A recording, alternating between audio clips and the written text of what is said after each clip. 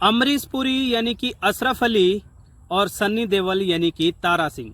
आप लोगों ने एक फिल्म तो जरूर देखी ही होगी, गदर एक प्रेम कहानी।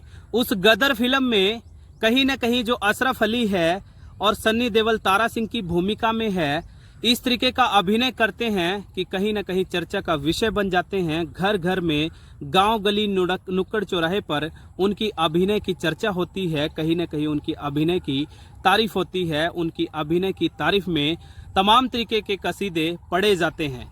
उस फिल्म में कहीं न कहीं अशरफ अली तारा सिंह को बोलता है कि बोलो पाकिस्तान जिंदाबाद। तो सन्नी देओल यानी कि तारा सिंह बोलता है कि अशरफ अली, तुम मेरे साथ क्या ये घिनौनी सियासत कर रहे हो? तुम्हारा पाकिस्तान यदि जिंदाबाद होगा तो मुझे उससे कोई भी समस्या दिक्कत नहीं है। लेकिन जैसे ही अशरफ अली उस सन्नी देओल यानी तारा सिंह को बोलता है कि तारा सिंह बोलो हिंदुस्तान मुर्दाबाद, तो कहीं ना कहीं जो सन्नी देओल है वो गुस्से से लाल हो जाता है, कहीं ना कहीं आपे से बाहर हो जाता है और उस अशरफ अली को बोलता है कि हिंदुस्तान जिंदाबाद था, जिंदाबाद है और हमेशा ही जिंदाबाद रहेगा।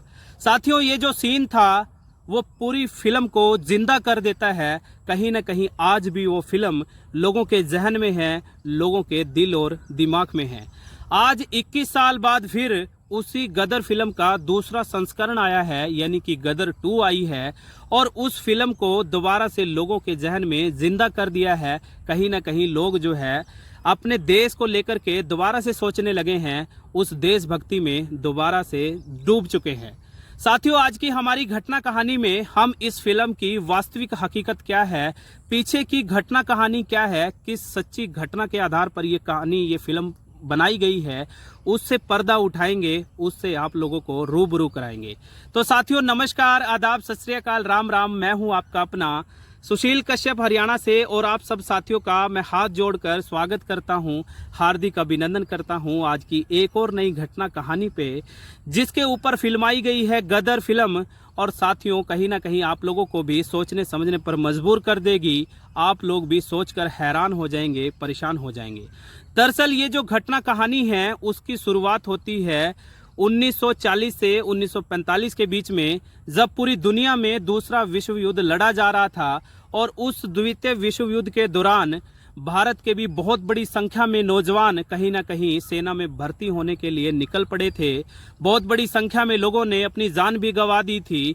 और जैसे ही 1945 के आसपास ये दूसरा विश्व युद्ध समाप्ति की ओर था, तो कहीं ना कहीं वही नौजवान जो सेना का हिस्सा थे, सैनिक थे, अपने घरों की ओर लौट चुके थे, वो भी कई सालों के दरमियान।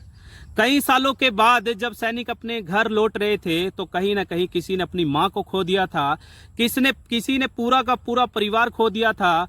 कहीं ना कहीं उनकी उम्र भी बढ़ चुकी थी और कहीं ना कहीं उनको सब कुछ अटपटा सा लग रहा था।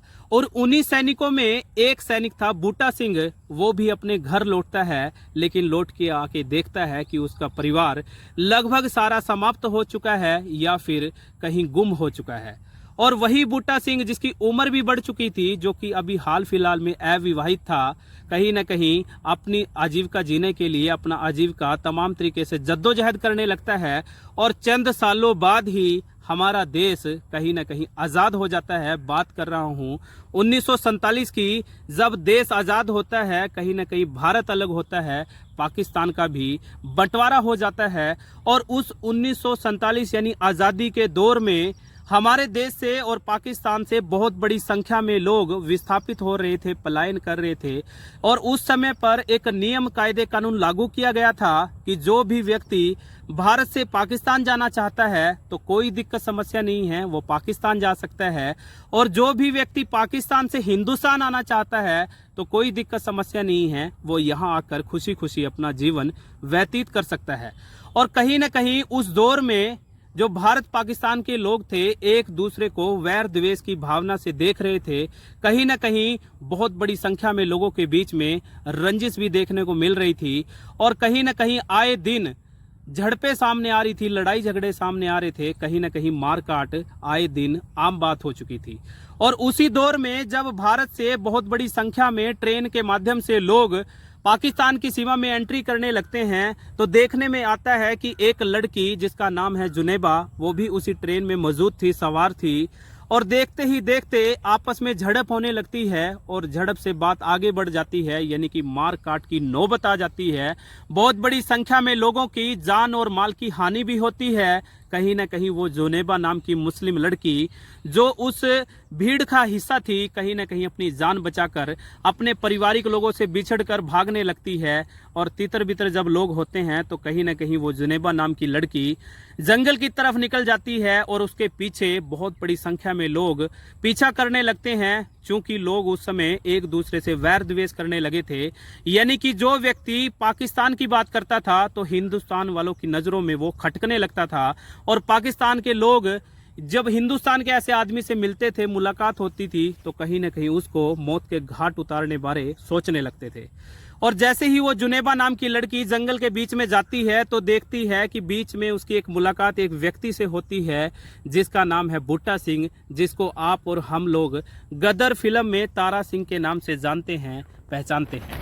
और होता कुछ यूं है कि वो तारा सिंह उस जुनेबा नाम की लड़की को बीच बचाव करता है, उसको सुरक्षित वहां से निकालता है और लेकर जाता है अपने घर, जहां पर वो बिल्कुल सेफ थी, सुरक्षित थी। और चंद दिनों के बाद ही बहुत बड़ी संख्या में आस पड़ोस के दूर दराज के लोग उसी बूटा सिंह यानी तारा सिंह के घर पर आ खड़े होते हैं। उसको तमाम तरीके की कहानियां सुनाई जाती हैं, तमाम तरीके के कानून पाठ पढ़ाया जाता है, तमाम तरीके की दलील दी जाती है, और उसको साफ और स्पष्ट लहजे में बोला जाता है कि बताओ तुम्हारी हिम्मत कैसे हुई बूटा सिंह इस मुस्लिम लड़की को जो कि पाकिस्तान की रहने वाली है, इसको यहाँ पे रखने की, इसके साथ रहने की। तो साथ ही साथ जो बूटा सिंह है वो भी जोश और जुनून में बोलता है कि मैं जोश में भी हूँ, जुनून में भी हूँ और होश में भी हूँ। ये लड़की मेरी है, मैं इसका हूँ। चंद दिनों बाद ही हम एक दूसरे के होने वाले हैं। खबरदार, यदि इसका हाथ भी लगाया, यदि इसका नुकसान पहुँचाने की कोशिश भी करी तो मुझसे बुरा कोई नहीं होगा।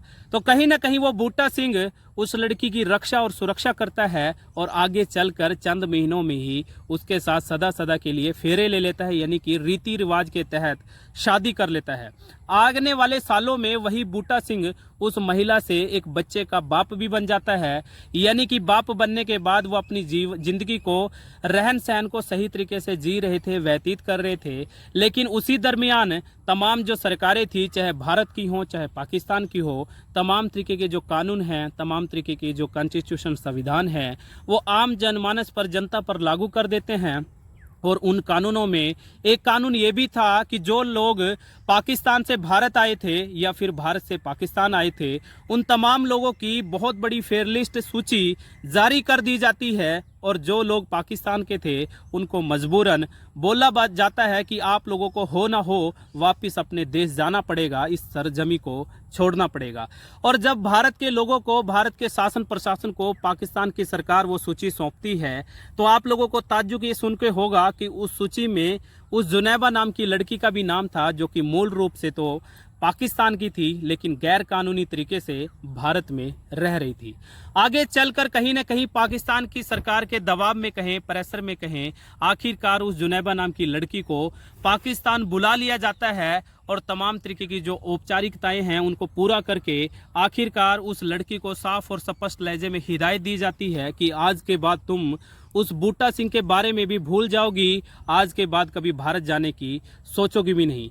तो कहीं ना कहीं ये जो घटना कहानी उस समय में भी चर्चा का विषय बनी रही और कहीं ना कहीं आज भी गदर फिल्म के रूप में आप और हम लोगों के बीच में सुर्खियां बटोर रही है, चर्चा का विषय है।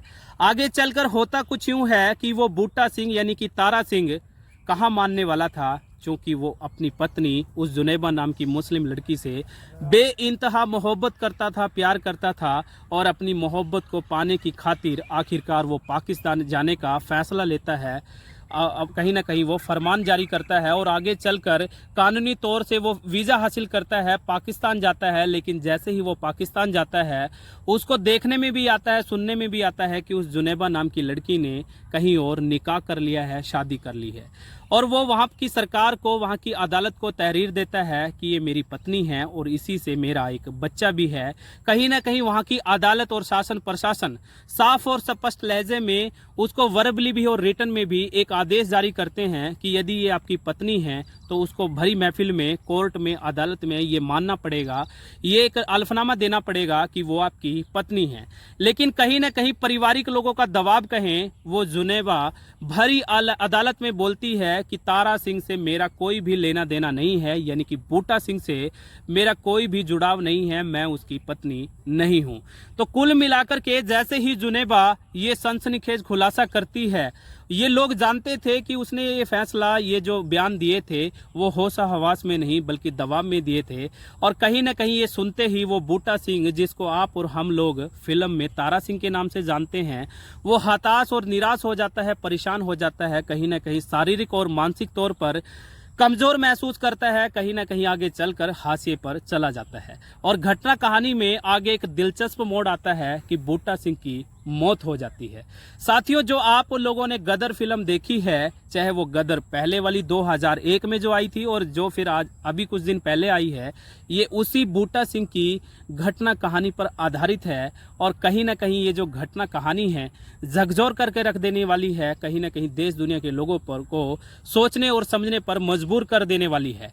और साथियों, जैसे ही ये घटना कहानी फिल्म के माध्यम से पर्दे पर आती है, सिनेमा घरों में आती है, तो साथियों हिंदुस्तान जिंदाबाद, हिंदुस्तान जिंदाबाद इन नारों से गूंज उठते हैं। कहीं ना कहीं देशभक्ति का जो जोश और जुनून है वो पूरे दुनिया में कहीं या देश में कहीं वो देखने को आम मिल रहा है। और कहीं ना कहीं बहुत बड़ा मैसेज इस घटना कहानी से देश दुनिया में गया है। तो साथियों, नमस्कार, आदाब, सत श्री अकाल, राम राम। ये थी आज की हमारी घटना और कहानी। फिर हाजिर होऊंगा एक और नई घटना कहानी के साथ। तब तक के लिए मुझे दीजिए विदाई। आप लोगों को एक बात जोड़ना चाहूँगा, यदि आप लोगों को हमारी ये घटना और कहानियाँ सुनाना अच्छा लगता है तो आप लोगों से विनम्र गुजारिश करूंगा, विनती करूंगा कि हौसला अफजाई के तौर पर आप हमें सब्सक्राइब कर सकते हैं, शेयर कर सकते हैं। यदि आपका कोई सवालात है, प्रतिक्रिया है, तो निश्चित तौर पर आप कमेंट बॉक्स में दे सकते हैं। कोशिश करूंगा आने वाले एपिसोड में आपकी प्रतिक्रिया को भी जोड़ सकूं, रख सकूं। बहुत बहुत धन्यवाद। आप सब साथियों का आभार, शुक्रिया।